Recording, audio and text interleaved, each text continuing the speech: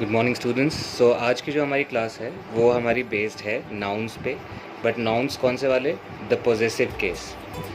तो नाउन्स हमने पढ़े हैं, हम बहुत तरह के नाउन्स होते हैं। काउंटेबल नाउन्स होते हैं, अनकाउंटेबल होते हैं, एब्स्ट्रैक्ट नाउन्स होते हैं। तो एक तरह के ये भी नाउन्स होते हैं, इनका नाम है पॉजेसिव केस। इस चैप्टर का नाम है पॉजेसिव केस। पॉजेसिव मतलब क्या होता है? पॉजेसिव मतलब मालिकाना। पॉजेसिव मतलब मालिक, अगर हम हिंदी में कहेंगे तो इसका मतलब होता है मालिकाना, यानी कि आप किसको बिलोंग करते हो या जिस चीज़ की बात हो रही है उसकी बिलोंगिंग किस चीज़ को लेके है। मतलब अगर ये पेन है मेरा, तो ये मोबाइल है मेरा, तो ये मोबाइल किसको बिलोंग करता है? मुझे बिलोंग करता है। तो यहाँ पे हम इस तरह के नाउन्स को पढ़ने के लिए पॉजेसिव केस के नाउन्स हम पढ़ेंगे आज, ठीक है। तो let's start with the definition.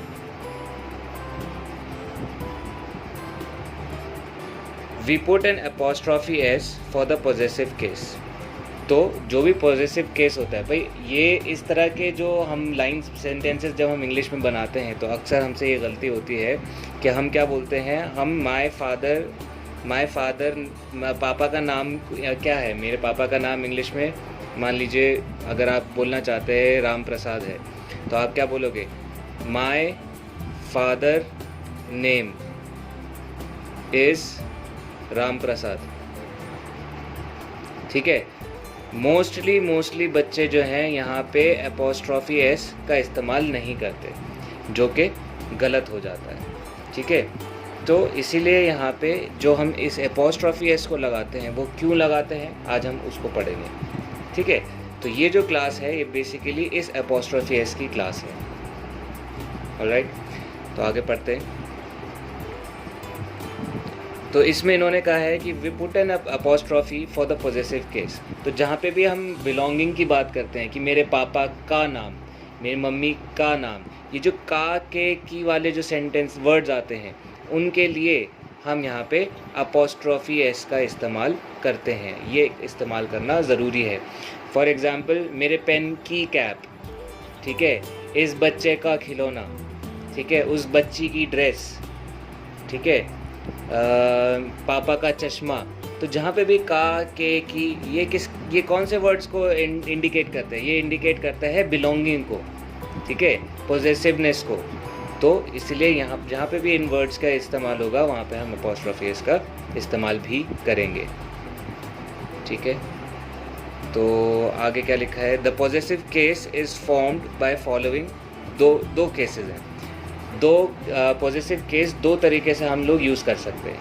पहला ये है कि bye adding N apostrophe S if, इसको हम क्या बोलते हैं? Apostrophe S. ये जो एस होता है इसको हम अपोस्ट्रॉफी एस लिखते हैं। ये प्लीज़ आप अपनी कॉपी में अच्छे से लिखना, इसकी स्पेलिंग गलत नहीं होनी चाहिए, ठीक है। तो एक तो या तो हम किस तरह से ऐड कर सकते हैं, हम अपोस्ट्रॉफी एस कर सकते हैं ऐड अगर नाउन क्या है? सिंगल है, ठीक है। अगर नाउन सिंगल है तो हम सिंपल उसमें अपोस्ट्रॉफी एस ऐड कर सकते हैं। तो पहला यहाँ पे लिखा है by adding an apostrophe s if the noun refers to a living being and does not have s at the example at the end, sorry. तो इसका क्या मतलब है कि अगर जो वर्ड है यानी कि मेरे पापा का नाम, ठीक है, तो यहाँ पे क्या है? फादर। तो फादर के आखिर में क्या, यहाँ पे लास्ट लेटर क्या है? लास्ट लेटर हमारा आर है। तो अगर आर है तो यहाँ पे हम सिंपल अपोस्ट्रॉफी एस लगा सकते हैं। तो फादर्स नेम बोल सकते हैं, पापा का नाम, फादर्स नेम, ठीक है। लेकिन अगर यहाँ पे, तो ये यहाँ पे अगर हमारा कोई और दूसरा वर्ड होता, यानी कि मान लीजिए बस, ठीक है, तो हम बस के आगे एक और अपोस्ट्रॉफी एस नहीं लगा सकते, ये गलत हो जाएगा। तो बस के आगे अगर हमें अगर इसमें अपोस्ट्रॉफी लगाना है, जैसे बस की हेडलाइट, तो हम बस के आगे सिर्फ ये कॉमा लगाएंगे, सिर्फ अपोस्ट्रॉफी लगाएंगे और उसके आगे लिखेंगे हेडलाइट, ठीक है। तो अगर लास्ट लेटर अगर हमारा एस है तो उसके बाद हमें दोबारा एस लगाने की यहाँ पे ज़रूरत नहीं है, ठीक है। आई होप यहाँ तक आपको समझ में आया। तो पहला तरीका ये है कि अगर आखिर में एस नहीं है, अगर लास्ट लेटर आपका वो है फादर है, लास्ट लेटर आपका आर है, तो सिंपल अपोस्ट्रॉफी और एस अलग से लगाओगे। अगर आपका लास्ट लेटर आपका एस है तो आप दोबारा एस नहीं लगाओगे, सिर्फ ऊपर अपोस्ट्रॉफी लगाओगे, कॉमा आप जिसे बोलते हैं। ठीक है, यहाँ पे देखिए दूसरी लाइन में लिखा है by adding only an apostrophe if the plural of a noun ends in s और ई एस। ठीक, तो अब हम अपनी एक कॉपी में आप इसकी डेफिनेशन लिख सकते हो। इसकी डेफिनेशन हम तो अब आपको अपनी कॉपीज़ में कुछ इस तरह इस काम को करना है। तो आप सबसे ऊपर यहाँ पे लिखोगे चैप्टर का नाम, चैप्टर का नंबर, फिर चैप्टर का नाम, यहाँ पे आप लोग अपना डेट डालोगे और यहाँ पे आप लोग लिखोगे ऑनलाइन क्लास, और डेफिनेशन आप लिखोगे सबसे पहले इसकी। तो डेफिनेशन क्या है, पॉजेसिव केस जो हम पढ़ रहे हैं, नाउन के पॉजेसिव केस पढ़ रहे हैं। तो नाउन का पॉजेसिव केस क्या है इस केस में, कि the ownership of a noun is shown by the use of apostrophe S at the end of the noun, यानी कि जो नाउन है उसकी ओनरशिप यानी उसका मालिकाना हक दिखाया जाता है किसके यूज़ से, अपॉस्ट्रॉफी एस के यूज़ से।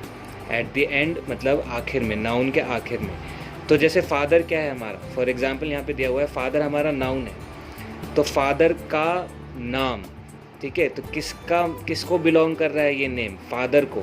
तो पापा का नाम, तो हम ये जो आपका है वो किससे डिनोट कर रहे हैं, हम इसको कर रहे हैं अपोस्ट्रॉफी एस। इसको इंग्लिश में अगर आप लंबा करके लिखोगे तो आप इसको बोल सकते हो नेम ऑफ फादर, ठीक है। ब्रदर्स टॉय, तो भाई का टॉय, तो हम इसको क्या बोलते हैं, अगर हम इसको थोड़ा और लंबा खींच के बोलेंगे तो ये होगा टॉय ऑफ ब्रदर, ठीक है। तो इस तरह उसको लंबा करने से बेटर है कि हम इसको अपोस्ट्रॉफी एस का इस्तेमाल करें और उसको हम ब्रदर्स टॉय लिखें, ठीक है, या फादर्स नेम लिखें।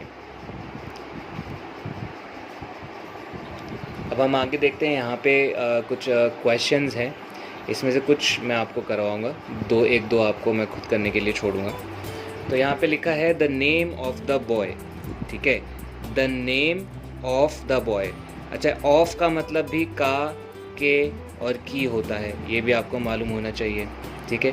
तो अगर कहीं भी ऑफ लगा है, ठीक है, तो उसका मतलब का, के या की है। तो the name of the boy, the name मतलब नाम, ऑफ मतलब किसका, बॉय का। द नेम ऑफ बॉय मतलब बॉय का नाम। तो इसको अगर हम लिखना चाहेंगे शॉर्ट फॉर्म में तो हम इसको ऐसे लिख सकते हैं द बॉयज़ नेम, यहाँ पे लिखा हुआ है। अब अगर हम यहाँ पे दूसरा वाला देखते हैं, the wallet of the man. The wallet मतलब पर्स, आदमी का जो पर्स होता है। ऑफ मतलब का, किसका, मैन का, आदमी का। तो इसको हम शॉर्ट फॉर्म में क्या लिख सकते हैं, मैन्स, द मैन्स। इसको मैं थोड़ा राइटिंग को अपनी, द मैन्स वॉलेट।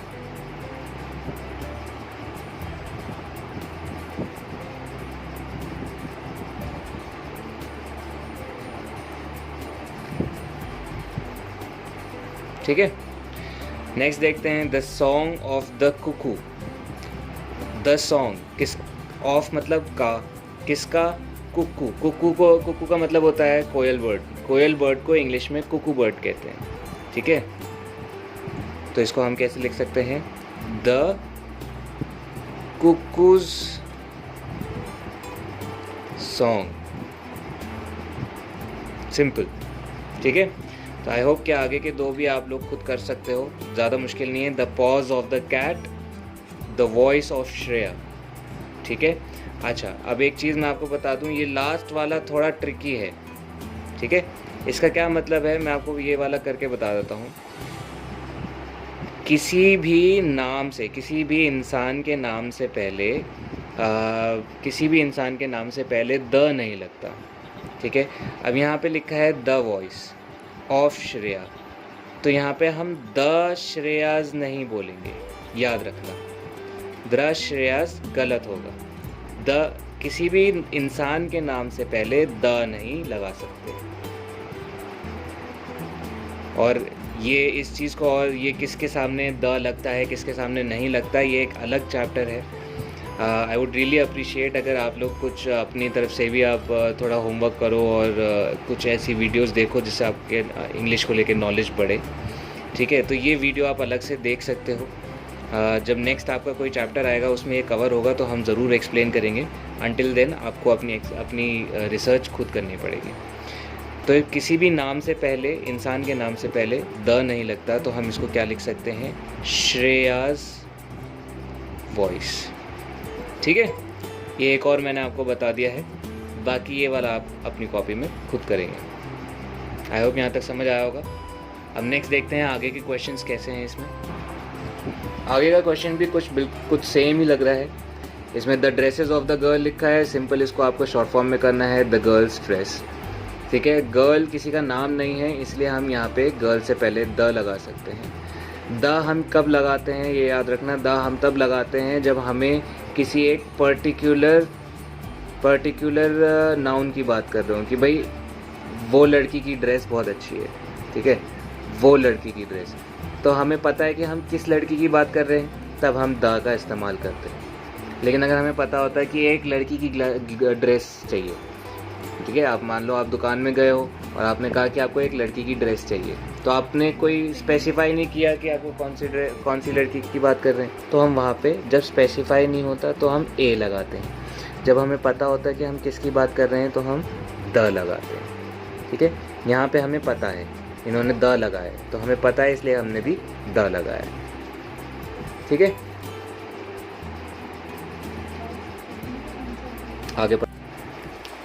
आगे के जो क्वेश्चन हम देख रहे हैं उसमें भी ऑलमोस्ट सेम ही लग रहा है, बट इसमें एक छोटा सा ट्विस्ट है। ट्विस्ट क्या है कि यहाँ पे अगर हम जो नाउन देख रहे हैं, जैसे यहाँ पे स्टूडेंट क्या होता है, एक नाउन है, बच्चे, है ना। तो स्टूडेंट के आगे आखिर में क्या लगा है, एस लगा है, तो यहाँ पे क्या लगा है, एस लगा है। तो जब हमारे आखिर में एस लगा हो, तो मैंने आपको बताया था, तो हम उसके आगे एस नहीं लगाते। तो यहाँ पे भी द लिखा है, तो हम द स्टूडेंट्स बैग्स करेंगे, सॉरी स्टूडेंट्स लिखेंगे, उसके बाद एपोस्ट्रोफी एस लगाएंगे और उसके आगे हम लिखेंगे बैग्स। ठीक है, उसी तरह ये भी होगा, उसी तरह ये भी होगा। यहाँ पे सब में देखो आखिर में एस लगा हुआ है, तो उस चीज़ का ध्यान आप लोगों को रखना है। ठीक है, तो आई होप ये आपको समझ में आया होगा। यहाँ पे एपोस्ट्रोफी एस नहीं लगता है, सिर्फ क्या लगता है, कॉमा लगता है। ठीक है, यहाँ पे एस के बाद सिर्फ यहाँ ऊपर की तरफ अपोस्ट्रोफी लगता है, एस नहीं लगता। ये आप खुद करेंगे, ये आप खुद करेंगे, ये आप भी खुद ही करेंगे। अब आगे का क्वेश्चन हम देखते हैं, put these expressions in correct possessive case. The kingdom of king Dasharath. ठीक है, अब यहाँ पे है kingdom of king Dasharath, simple है, तो हम इसका क्या कर देंगे, sorry, king Dasharath kingdom, simple है।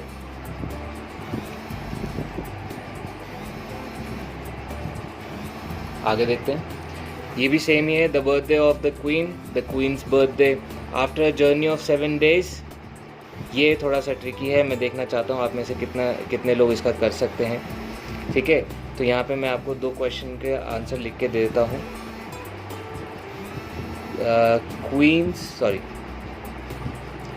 The queen's birthday. ऑल्दो ये मुझे लग रहा है कि ये थोड़ा मुश्किल है आप लोगों के लिए, इसलिए मैं ये करके बता देता हूँ। तो इसमें लिखा है after a journey of 7 days। After मतलब बाद, आफ्टर मतलब बाद। ठीक है, किसके बाद, जर्नी के बाद, 7 दिन की जर्नी के बाद। ठीक है, तो यहाँ पे जो ये जो के लगा हुआ है, ये पॉजेसिव वाला के नहीं है।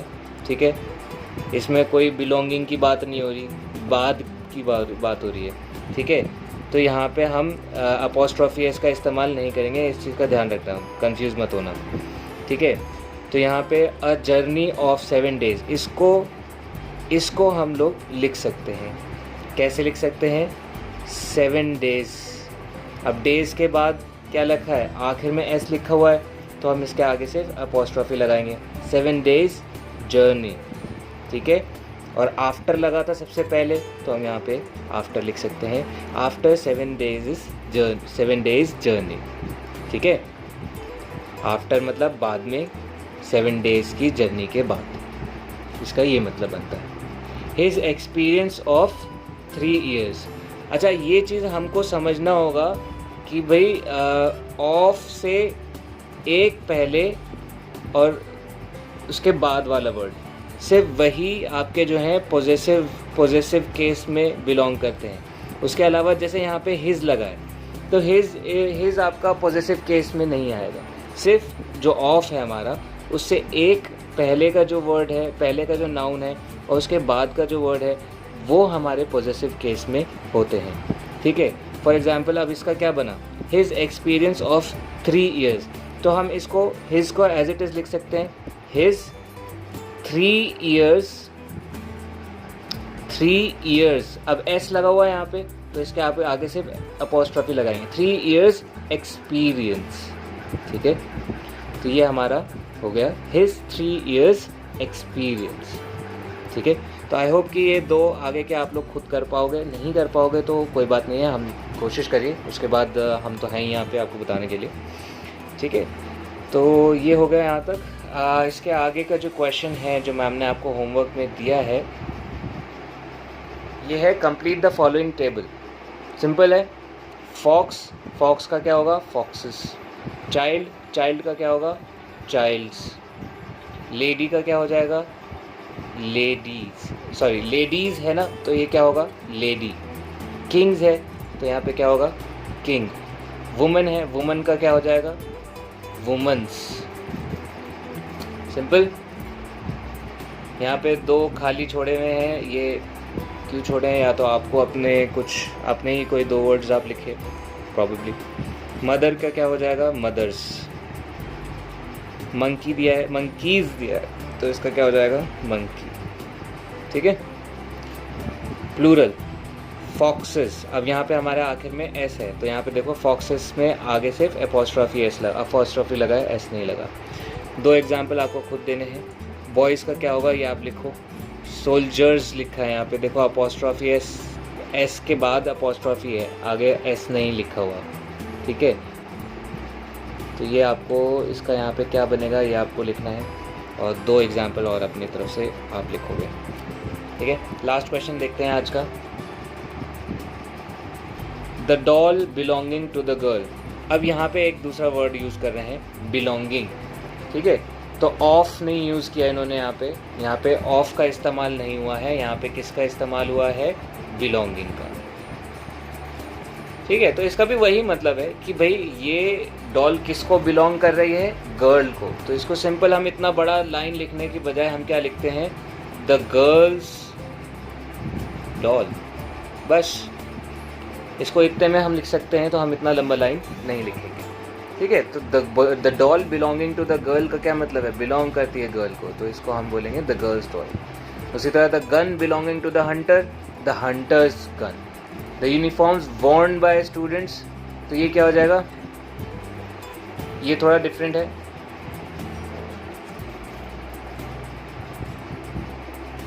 मेरा पेन नहीं चल रहा है, तो यहाँ पे लिखा है the uniforms worn by students, तो इसको हम कैसे लिख सकते हैं? The students uniform. और आगे लिखा है the nest build by sparrows, ये आप अपनी तरफ से लिखो। द ड्रामाज ऑफ शेक्सपियर, ये भी आप अपने पास से लिखिए। तो आई होप कि ये वाला जो चैप्टर है आपको समझ में आया होगा, क्योंकि अक्सर हम लोग देखते हैं कि कभी भी आपको इंट्रोडक्शन लिखने के लिए दिया जाता है, तो आप हमेशा ये गलती करते हैं कि भाई माय फादर नेम इज़ ये और माय मदर नेम इज़ ये।